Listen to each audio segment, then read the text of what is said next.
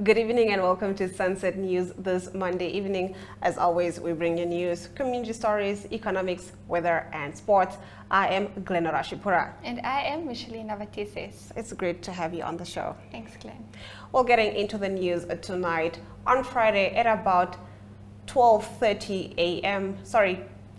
At the Tsumeb four-way police roadblock, a 31-year-old Namibian male bus driver was arrested after a bus he was driving from Oshikango to Windhoek was found carrying illicit goods. Now, police discovered boxes containing 50 milliliters best whiskey with a total value of $52,800 Namibian hidden in the compartments all over the bus, a recent police report reads.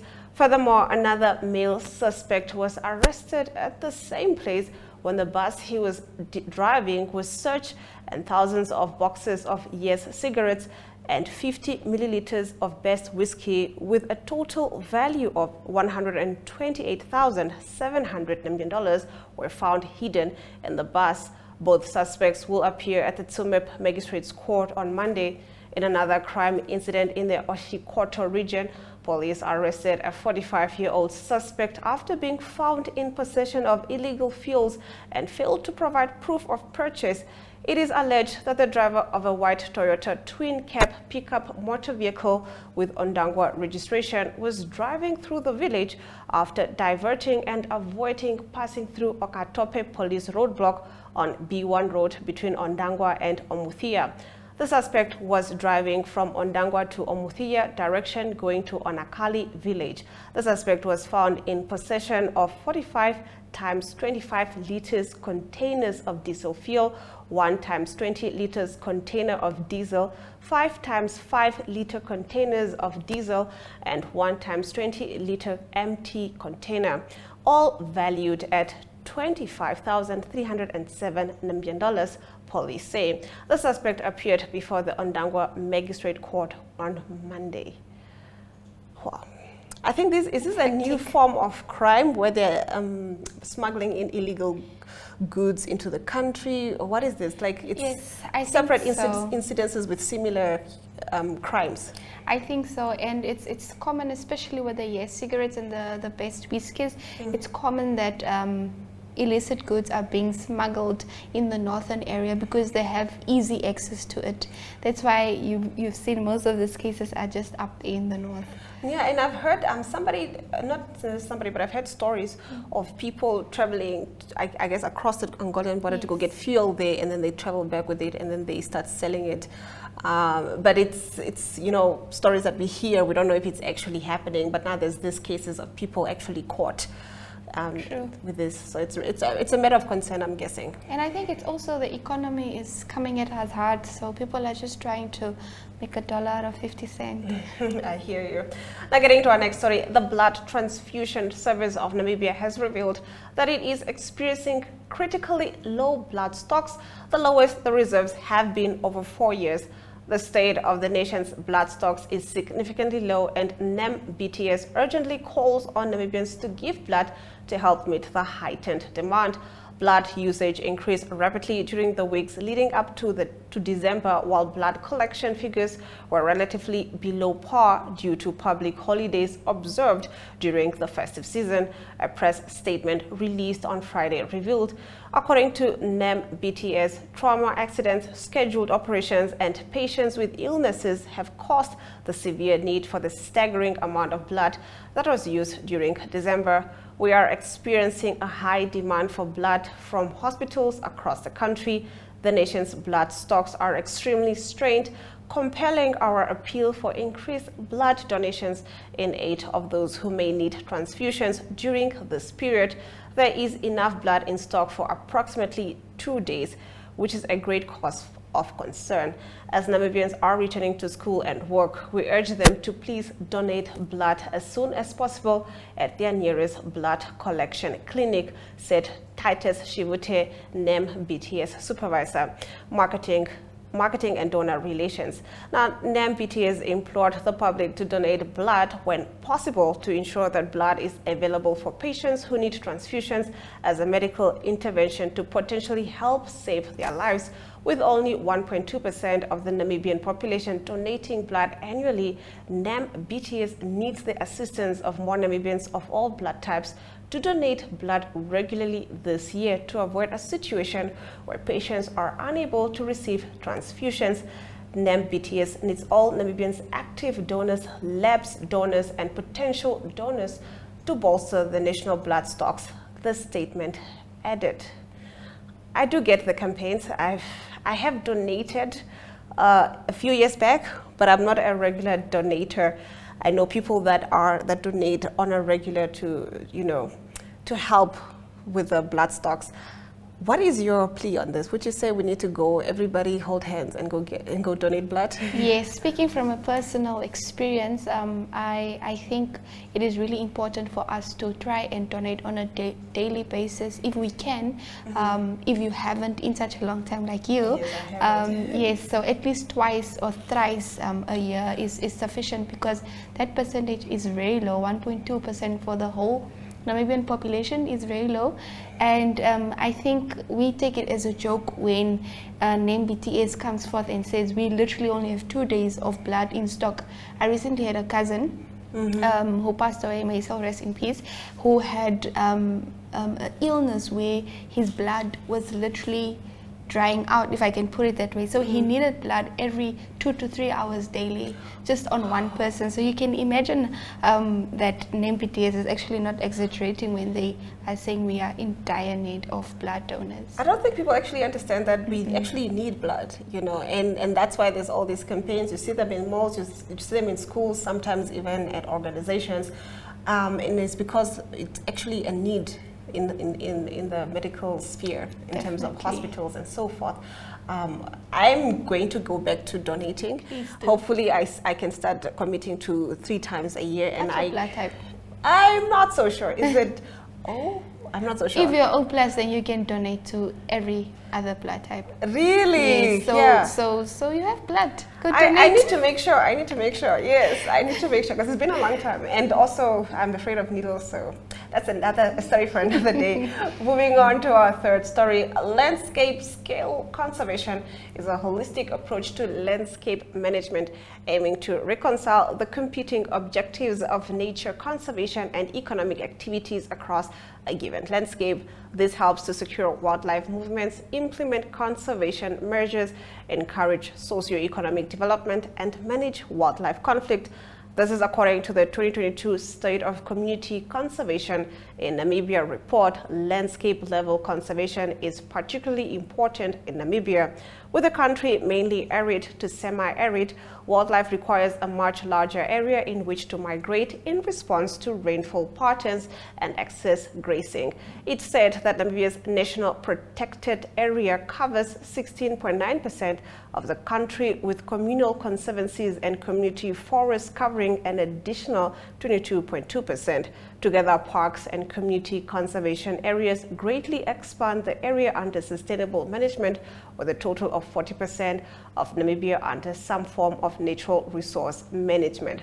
The report said that those two systems of land management can operate side by side and be mutually beneficial.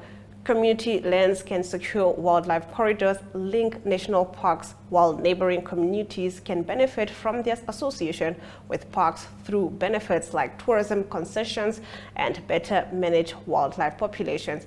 According to the report, both parks and conservancies were established with goals such as to conserve nature and to generate income, with constraints in mind that their boundaries frequently cut across natural ecosystems and animal migration routes. Now, after the break, we'll be getting into our economic news. Do stay with Sunset News. Welcome to My.NA Cars, your ultimate destination for everything automotive. I am your host, Diana Master. Teamwork makes the dream work, right? Discover the latest models, innovative technologies, and expert insights from our passionate hosts. Learn essential maintenance tips and get exclusive behind-the-scenes access to the automotive industry. Don't miss My.NA Cars on NTV every Thursday at 2100 hours. Tune in and ignite your passion for automobiles.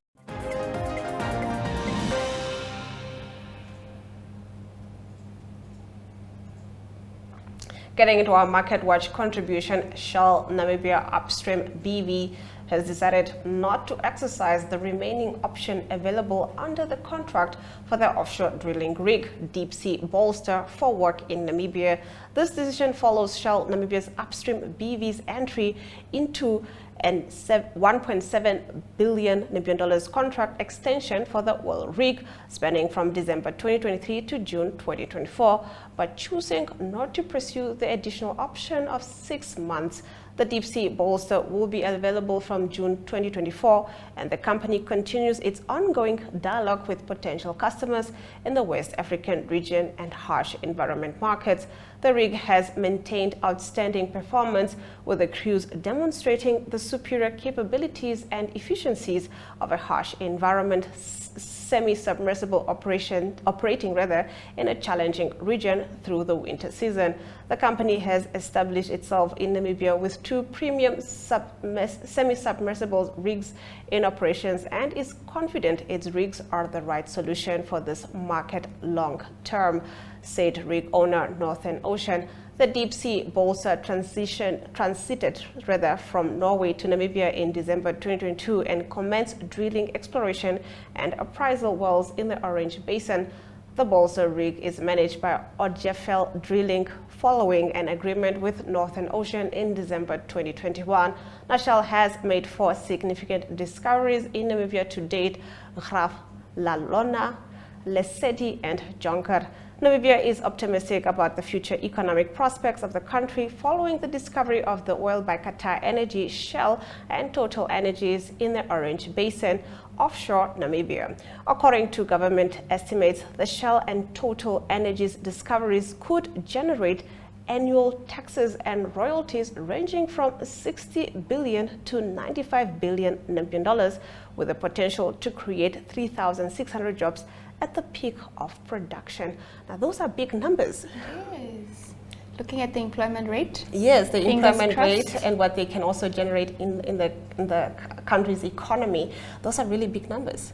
So fingers crossed, and we would like to see how this develops. Well, up next is our financial indicators. The Namibian dollar trades against the British pound at 23.74, against the euro at 20.46, against the US dollar at 18.71. 2 Namibian dollars and 61 cents gets you 1 Chinese yuan. On the commodities market, all major commodities went down, with Brent crude oil trading at 2.64%, going for $76 and 61 cents per barrel. We'll be back with more Sunset News.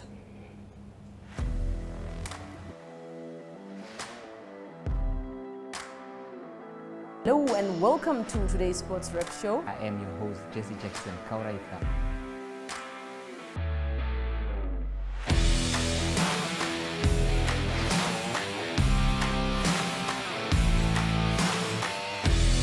In replay, Namibia, who had won the toss for the first time on this tour.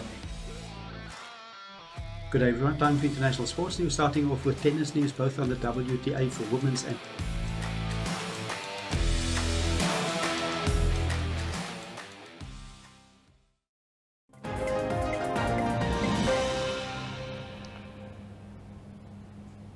Getting into our international news, health workers and patients at the Al-Aqsa Hospital, the only one that remains open in central Gaza, have been forced to leave the facility after fighting expanded to the area, with hundreds left there in need of medical treatment. Gaza's health ministry said on Sunday that Israeli drones opened fire towards the administration building of the Al-Aqsa Hospital. China Global Television Network correspondent Nora Harazian reported on Sunday that Israeli tanks had been shelling buildings and homes surrounding the hospital since the early morning of the day, and live bullets had been fired towards the premature baby building of the hospital. In a tweet posted on Monday, World Health Organization Director General Tedros Ghebreyesus said The increasing hostilities and ongoing evacuation orders have forced over 600 patients and most health workers to leave, and their locations are not currently known. The Israeli attacks have so far killed 22,835 Palestinians and injured 58,416 others in Gaza, said Gaza's health ministry on Sunday. This is always said anytime I hear news from what's happening in Gaza. It's really, really sad. The fact that, you know, fire was fired at the premature building the premature segment of the hospital. That's really sad. It's devastating and catastrophic at the same time, because as a mother, how do you think out just what you start thinking? Is my baby alive? Are they injured? What happened to them? Because a hospital is supposed to be a safe space. It's where injured people go or patients go to be taken well care of. Especially in times of war. I don't know what the rules of engagement. I know there's a lot of allegations from the Palestinian side of things that there is a lot of war crimes being committed by the Israelis. So, like I said, I'm not so sure I know the parameters and the scopes of when is it that you are, you know, committing war crimes. But the fact that you are firing at and around a hospital, that is very concerning. It's insane. And the fact that there was the only open center at the time, the doctors have also practically gone into hiding now. No one knows, like it says there, of their locations or where they're hiding. What about the patients? What about the babies? It's crazy just to think of it. Yeah, it's truly sad and disturbing. Well, after the break, we'll be getting into the weather predictions. To stay with Sunset News.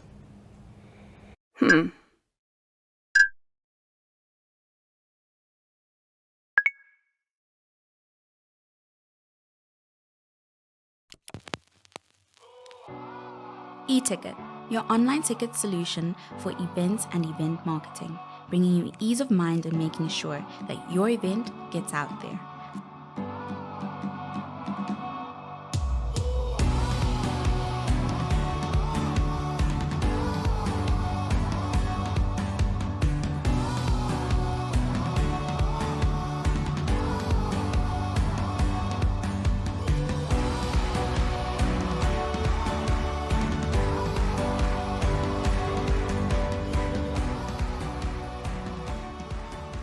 For more information, contact events@nmh.com.na.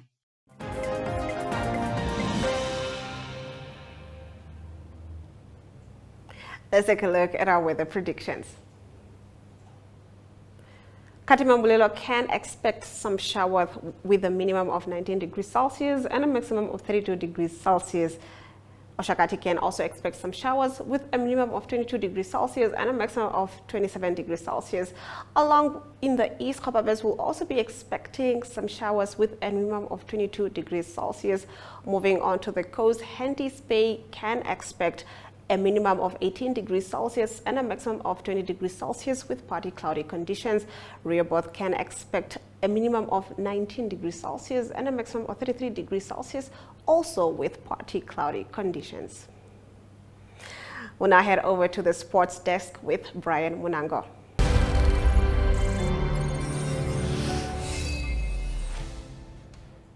Well, good day, viewers. On today's Sunset News, brought to you by Sportswrap. Before we do get into that, I'm sure you guys haven't seen me this year yet, so I'd just like to wish everyone a good 2024, and we look forward to having a good solid year for this one. Well, getting back to sports news, the Tafellaga Brave Warriors are ready and get up for their game tonight as they take on Ghana in an international friendly match at the Baba Yara Stadium. With that being said, we did catch up with the one and only Peter Shalulile, and this is what he had to share.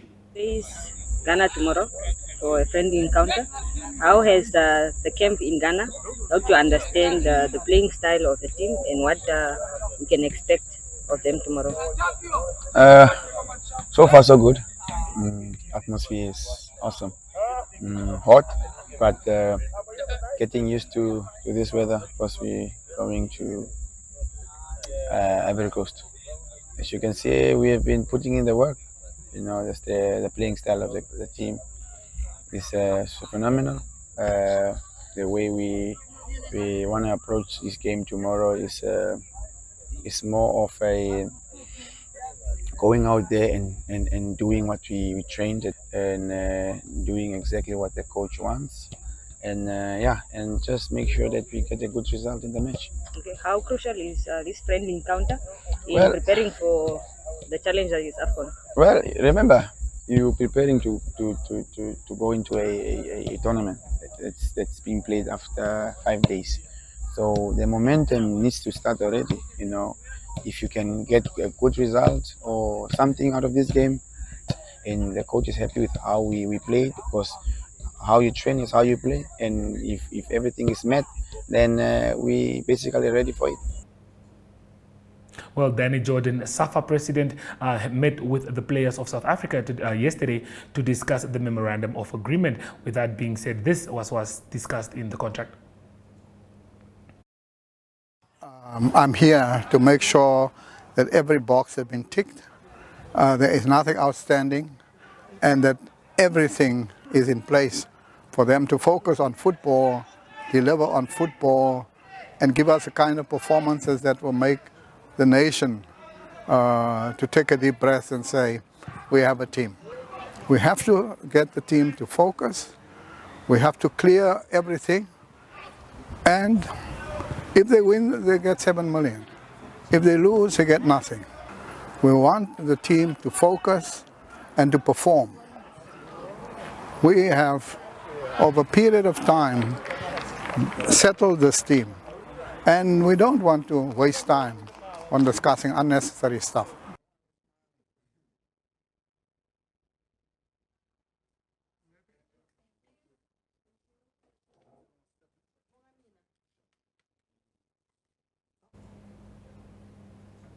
Well, there you heard it, $7 million on the table if they do come back with a trophy. With that being said, we do have some FA Cup fixtures, not some FA Cup fixtures, but we have an FA Cup fixture to look forward to tonight for the Manchester United fans. With that being said, as you can see, results from yesterday, we saw Leeds winning 3-0, West Brom winning 4-1, Liverpool going to Arsenal and coming back with the 2 points there, winning the game 2-0, Wrexham getting the best of Shrewsbury, Man City putting 5 past Huddersfield. So we'll be looking forward to see what Manchester United will be putting on against Wigan Athletic. Well, that's all the news that we do have for you from the sports team. It is goodbye.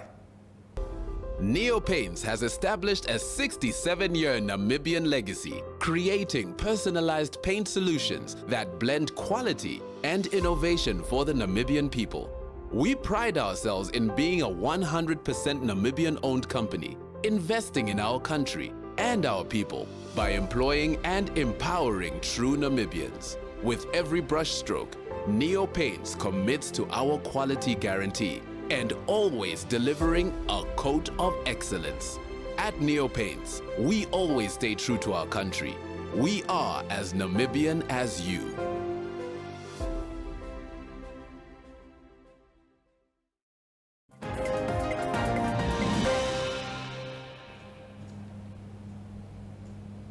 And with that, we've come to the end of the broadcast. Thank you for joining us on this lovely Monday evening. And thank you, Micheline Nawatisis, for joining us on the show and for giving us your opinion on some of these stories. Thank you to Glenn for having me. From me, Glenn Rashipura, and Micheline Nawatisis. Until next time. Neo Paints has established a 67-year Namibian legacy, creating personalized paint solutions that blend quality and innovation for the Namibian people. We pride ourselves in being a 100% Namibian-owned company, investing in our country and our people by employing and empowering true Namibians. With every brushstroke, Neo Paints commits to our quality guarantee and always delivering a coat of excellence. At Neo Paints, we always stay true to our country. We are as Namibian as you.